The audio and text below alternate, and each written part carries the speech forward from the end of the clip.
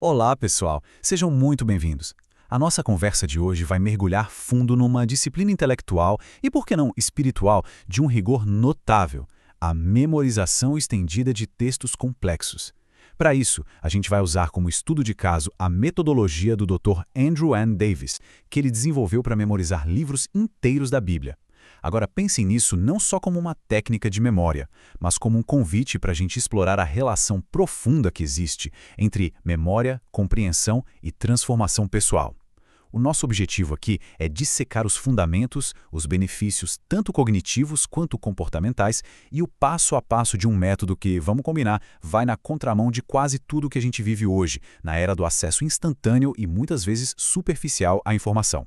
Vamos investigar o que essa prática tem a dizer para áreas como a teologia, a pedagogia e até mesmo as ciências cognitivas.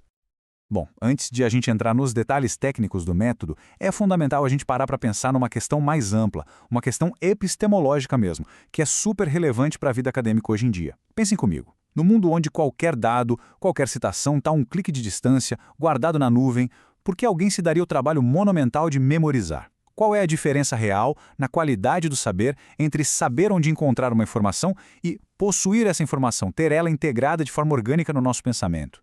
Olha, essa não é uma pergunta simples não, ela vai no coração do que a gente entende por conhecimento. Ao longo da nossa análise, a gente vai cutucar essa provocação, tentando entender se internalizar um texto-fonte oferece uma dimensão de saber, uma capacidade de síntese e uma agilidade de raciocínio que o acesso instantâneo, por mais eficiente que seja, simplesmente não consegue entregar.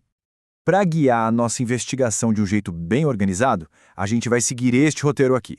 Vamos começar pelo porquê, ou seja, investigando o fundamento teológico que, na visão do autor, transforma a memorização de uma simples técnica de estudo em um mandamento. Depois, na segunda parte, a gente vai analisar os benefícios prometidos, as consequências e os resultados dessa prática. A terceira sessão vai tratar de um ponto crucial da psicologia da aprendizagem: os obstáculos cognitivos, as desculpas que a gente dá para si mesmo e que nos impedem de começar.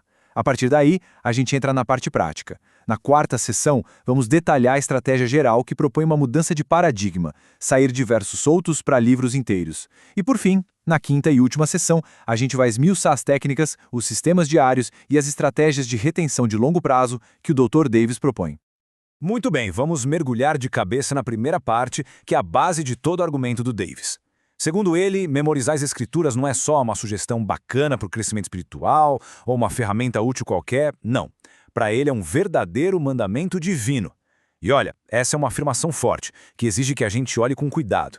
Então, nessa sessão, o nosso trabalho vai ser exatamente esse: analisar os textos bíblicos e a lógica de interpretação que sustentam essa ideia, para a gente entender por que Davis vê essa disciplina como algo essencial e não opcional.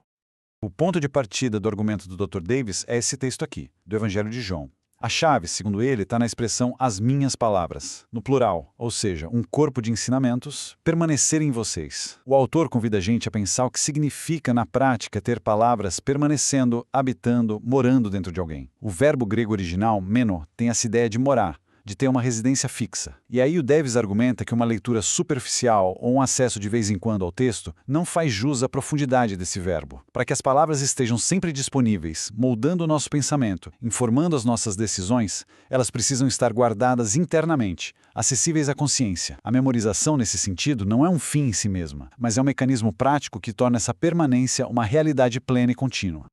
E o argumento dele vai se fortalecendo com uma série de outros versículos que usam uma linguagem parecida.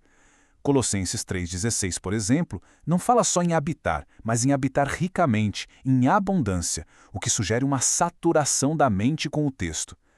Os livros de sabedoria, como Provérbios, usam essa metáfora poderosa de guardar no coração e escrever na tábua do seu coração. Aqui é super importante a gente entender o conceito hebraico de coração, o lev. Não é só o centro das emoções, mas o centro do ser, da vontade, do intelecto, da consciência. Então, escrever na tábua do coração não é só poesia. Davis interpreta essas metáforas como ordens para um processo ativo, intencional, de internalização. A memorização seria então a caneta que a gente usa para cumprir esse comando. Agora a gente chega num ponto de contexto histórico que é simplesmente fascinante e fundamental para a tese do autor. O que significava meditar? Para a gente hoje, meditar pode ser sinônimo de silêncio, de esvaziar a mente. Mas no contexto bíblico, a prática era outra coisa. O verbo hebraico hagá, que a gente traduz como meditar, significa literalmente murmurar, resmungar, recitar em voz baixa. Era um ato vocal. E aqui vem o pulo do gato. Antes da invenção da imprensa, por Gutenberg, lá em 1439, ter uma cópia da Bíblia era um luxo para pouquíssimos. A maioria das pessoas não sabia ler e não tinha acesso a livros. Então, para obedecer a mandamentos como os dos Salmos de meditar dia e noite, era absolutamente necessário ter o texto na memória. A meditação era o ato de ruminar um texto que já estava na mente. A memória não era um extra, era a porta de entrada para a meditação. E este versículo do Salmo 119, que é uma grande ode à palavra de Deus, ilustra isso perfeitamente. Como é que seria possível para o salmista meditar o dia inteiro na lei de Deus? Ele não andava com um rolo pesado e caríssimo de pergaminho para todo lado. A única forma de ter acesso contínuo ao texto, seja trabalhando no campo, caminhando ou de noite, era tê-lo gravado na memória. A meditação contínua dependia totalmente da internalização do texto. A memorização, portanto, não era só uma prova de inteligência, mas era a ferramenta essencial, a infraestrutura cognitiva para praticar a meditação profunda e constante que era ordenada e celebrada. Então, para a gente fechar e amarrar o conhecimento desta primeira sessão, a conclusão é que o argumento teológico do Davis se baseia na ideia de que a memorização é a ferramenta necessária, funcional, para que os textos sagrados possam de fato permanecer e habitar na gente. É o mecanismo que transforma metáforas como o escrever no coração em uma prática concreta e que torna possível obedecer ao mandamento de meditar continuamente, como se fazia no contexto histórico original. Em resumo, a memorização é apresentada como a infraestrutura indispensável da vida meditativa. Bom, se a gente já estabeleceu o porquê teológico, vamos agora, nesta segunda sessão, explorar o para quê. Se alguém se dedica a essa disciplina tão exigente, quais são os resultados, os frutos, os benefícios que vêm dessa prática intensa? A análise de Davis vai muito além de um simples ganho de conhecimento, sabe? Ele aponta para uma transformação profunda que mexe com várias dimensões da nossa vida: a espiritual, a cognitiva, a emocional e a relacional. Aqui a gente vê a cadeia de eventos, o processo sequencial que o Davis propõe. A memorização não é o destino final, mas o primeiro passo, indispensável. É ela que permite a meditação constante e profunda. Essa meditação, por sua vez, vira o canal pelo qual a verdade do texto age na mente e no coração, levando ao que a teologia chama de santificação. O autor cita a oração de Jesus, em João 17,17. Santifica-os na verdade, a tua palavra é a verdade. A palavra internalizada vira um agente ativo de transformação. Isso leva à renovação da mente, uma reestruturação dos nossos padrões de pensamento, da nossa visão de mundo. E, finalmente, esse processo todo capacita a pessoa para servir a outros com a sabedoria e a verdade que foram profundamente internalizadas. E além desse processo central, o autor detalha uma série de benefícios bem práticos. A memorização funciona como uma espada do espírito na hora da tentação, como diz o Salmo 119:11. É ter a resposta certa, o princípio correto na ponta da língua no momento da necessidade. Ela funciona também como um agente que purifica e renova a mente, alinhando a nossa visão de mundo com a perspectiva de Deus. Ela vira um tesouro de sabedoria para a gente ajudar os outros, seja ensinando, aconselhando ou evangelizando, permitindo uma resposta rápida e fundamentada. Além disso, tem benefícios mais pessoais, como encontrar conforto no meio das dificuldades e, de forma muito prática, transformar tempo ocioso, filas, trânsitos, salas de espera, em momentos de meditação e crescimento. Resumindo a ópera aqui, essa segunda sessão mostra a memorização não como um exercício acadêmico isolado, mas como uma disciplina fundamental cujos benefícios se espalham por todas as áreas da vida. Ela impacta a luta interna contra o pecado, o jeito como a gente vê o mundo e toma decisões e a maneira como interagimos com as pessoas. Na visão do autor, é um catalisador poderoso para uma vida espiritual mais profunda, resiliente e frutífera. Ok. A gente já viu a teoria, os benefícios, agora vamos para a psicologia da coisa. O autor é bem realista e sabe que, mesmo com todos os motivos, a nossa resistência interna é o maior obstáculo. Nessa sessão a gente vai fazer uma análise crítica das desculpas e racionalizações que a nossa mente cria para fugir desse trabalho todo e como o autor vai desconstruindo cada uma delas. Essa aqui, com certeza, é a barreira número 1, a desculpa mais clássica que as pessoas dão. Aquela crença de que a memória é um dom, ou você tem ou você não tem. Como é que o autor responde a essa percepção que é tão comum e muitas vezes paralisante? A resposta do Davis é bem direta e pragmática, e tem muito respaldo na neurociência. Ele nos desafia a fazer um inventário honesto da nossa própria mente. Pense na quantidade de informação que a gente já guardou, muitas vezes sem querer. Letras de centenas de músicas, diálogos de filmes, resultados de jogos. A nossa memória é, na verdade, muito mais potente do que a gente imagina. A proposta do Davis, que está alinhada com o conceito de neuroplasticidade, é que a memória não é algo fixo, mas uma habilidade que se desenvolve. A memória é como um músculo. Quanto mais a gente exercita de forma disciplinada, mais forte e eficiente ela fica. Ok, se o problema não é a capacidade da memória, então com certeza é a falta de tempo, né? Essa é a segunda desculpa mais comum e ela bate forte com a correria da vida moderna. A agenda está sempre cheia, as demandas não param. Onde é que a gente vai achar tempo para uma tarefa que parece tão demorada e que não dá resultado imediato? Aqui a análise do autor é bem direta, porque ele muda o foco da questão. O problema não é a falta de horas no dia, mas o valor que a gente dá para essa atividade. A percepção de falta de tempo, segundo ele, é um sintoma de uma lista de prioridades onde internalizar a palavra não está no topo. Todo mundo tem as mesmas 24 horas. O jeito que a gente distribui esse tempo revela o que a gente realmente valoriza. O autor nos desafia a reavaliar o valor que a gente dá a isso em comparação com outras coisas que consomem nosso tempo, como redes sociais e entretenimento. E ele continua desconstruindo outras desculpas clássicas. A falta de interesse é tratada com seriedade, como um sinal de alerta espiritual. O fracasso anterior é reenquadrado. Memorização não é um aparelho que funciona ou não funciona. É uma habilidade que se desenvolve com trabalho e persistência. A leitura diária, claro, é ótima, mas é diferente da internalização profunda. Ler é como visitar um lugar. Memorizar é como construir uma casa lá. E por fim, o medo do orgulho é visto como uma distorção. A Bíblia, argumenta Davis, está cheia de avisos contra o orgulho. Então mergulhar nela é o antídoto, não a causa da doença. Para a gente fechar essa terceira sessão, o ponto crucial é que os maiores impedimentos não são de capacidade ou de falta de tempo. São, na verdade, barreiras de vontade, de perspectiva, de prioridades, barreiras que a gente constrói na nossa própria mente. Ao encarar essas desculpas de frente, expondo as falhas lógicas e espirituais delas, o caminho para a prática fica mais claro, menos intimidador e, acima de tudo, se torna uma questão de decisão consciente. Uma vez que as barreiras mentais foram abordadas, qual é a estratégia geral que a gente deve adotar? É aqui que o Dr. Davis propõe uma mudança bem grande, uma virada de chave em relação à prática comum de memorizar versículos isolados que talvez a gente conheça ou já tenha tentado fazer.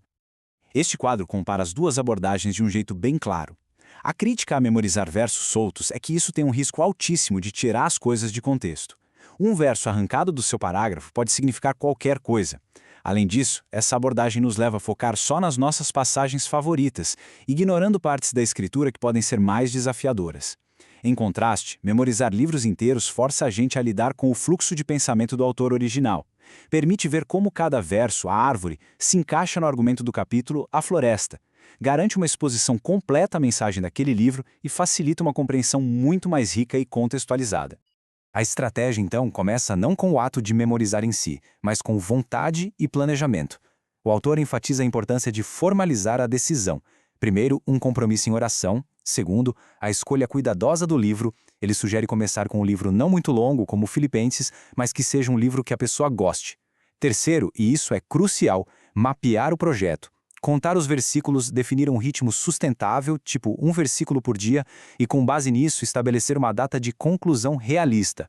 É transformar um desejo vago num projeto concreto. E o passo final dessa estratégia inicial é este: escrever e assinar um pacto pessoal com Deus. Pode parecer formal demais, mas é uma ferramenta psicológica poderosa. Ele transforma uma intenção abstrata num projeto concreto com prazo definido. Esse documento serve como um lembrete do compromisso, uma fonte de motivação nos dias de desânimo. É um ato que aumenta a responsabilidade pessoal e a chance de levar o projeto até o fim. Então, o resumo dessa quarta sessão é a transição de uma abordagem fragmentada para uma abordagem completa e sistemática. A estratégia do Davis é memorizar livros inteiros para preservar o contexto. E, para sustentar essa jornada, ele propõe uma base sólida de decisão deliberada, plano de ação claro e um compromisso formalizado, que servem como uma âncora para todo o processo.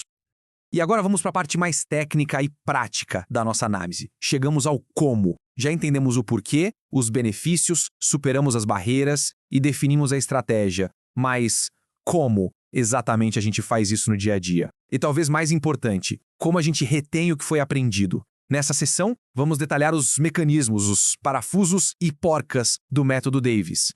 Antes do passo a passo, o autor estabelece 5 princípios-chave. O mais importante de todos, a regra de ouro, é a prioridade da revisão. O lema é: o trabalho antigo vem antes do novo. O objetivo não é só adquirir, mas reter. O segundo princípio é o da repetição espaçada, um conceito super estabelecido na ciência da aprendizagem. Terceiro, memorizar os números dos versículos para não pular trechos e para ter precisão. Quarto, usar a memória visual, fotografando a página. E quinto, recitar em voz alta usando a memória auditiva e motora. Juntos, esses princípios formam um sistema multissensorial e disciplinado. Este quadro mostra como o motor do sistema funciona no dia a dia. Vamos olhar com calma. No primeiro dia, é simples, aprender o versículo 1:1. No segundo dia, a coisa começa a tomar forma. A primeira ação é revisar intensamente o versículo de ontem. A última é aprender o novo. Agora, olhem o que acontece no dia 3. O sistema completo entra em ação. Começa revisando o 1:1:2, depois recita uma vez tudo o que já foi memorizado, 1:1 e 1:2, e só então, por último, se aprende um novo versículo. É essa recitação cumulativa diária de todo o material anterior que se torna a parte mais demorada, mas é ela que garante a consolidação da memória e impede que os versículos antigos se percam. Depois de terminar um livro, como fazer para não esquecer?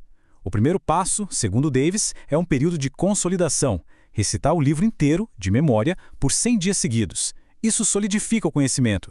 Depois disso, ele apresenta 2 opções realistas. A primeira é tentar reter o livro para sempre, designando um dia da semana para revisá-lo. A vantagem é o acesso imediato. A desvantagem é que há um limite. A segunda opção, que ele chama de beijar o livro e dizer adeus, é, após os 100 dias, liberar o espaço mental para um novo livro. O conhecimento não some, mas fica subterrâneo. A escolha entre as duas é uma decisão estratégica pessoal. Aí surge uma questão crucial: como lidar com a revisão de livros muito longos, como o Evangelho de Mateus. A revisão diária do livro inteiro fica impraticável. Para resolver isso, Davis desenvolveu o que ele chama, de forma bem criativa, de método do ensino médio. É uma analogia para um sistema de revisão escalonado e sustentável que permite lidar com grandes volumes de texto sem esgotamento. Esse slide explica o processo, que parece complexo, mas não é. Basicamente, é uma esteira rolante para a memória. O livro longo é dividido em blocos. Cada bloco é uma turma. Um novo bloco entra no ciclo de revisão diária a cada 25 dias como um calouro. Os blocos existentes sobem de ano. Depois que um bloco é recitado por 100 dias, ele se forma e sai do ciclo diário. Isso libera espaço para um novo calouro. A genialidade do sistema é manter a carga de revisão diária constante e gerenciável, uns 45 minutos por dia, mesmo trabalhando num livro enorme. Resumindo esta última sessão, a execução do método de Davis é altamente estruturada. Ele combina princípios da neurociência, como a repetição espaçada, com uma disciplina diária rigorosa. E o mais importante, oferece sistemas engenhosos como o método do ensino médio, para tornar o que parece impossível, memorizar livros longos, algo totalmente possível e gerenciável. Bom, chegando ao final da nossa análise, vamos juntar todas as peças. A gente passou pelo fundamento teológico, entendendo a memorização como um mandamento funcional. Vimos os benefícios práticos, que apontam para uma transformação integral, dissecamos as barreiras mentais, reenquadrando as desculpas, definimos a estratégia de focar em livros inteiros e, finalmente, detalhamos as táticas do dia a dia. Como a gente pode ver, é um sistema completo, integrado e pensado em todos os seus detalhes. Para a gente fechar, quero propor uma reflexão que vai além do nosso estudo de caso. Se a gente tirar um método do contexto teológico, o que podemos aprender com ele? Para um estudante de direito, qual o valor de ter os artigos da Constituição na cabeça, e não só no livro? Para um estudante de filosofia, o que significa ter um trecho de Platão ou Kant disponível para reflexão a qualquer momento? Para um médico, ter os passos de um procedimento gravados na mente? Qual o valor de ter os textos fundamentais de qualquer área não apenas na estante, mas verdadeiramente no coração, integrados ao nosso raciocínio? Esta nossa análise, claro, foi baseada na metodologia apresentada na obra do Dr. Andrew M. Davis. Para quem quiser explorar cada detalhe com mais profundidade, a leitura da fonte primária é fortemente recomendada. Eu agradeço imensamente a atenção de todo mundo nesta nossa jornada de aprendizado de hoje.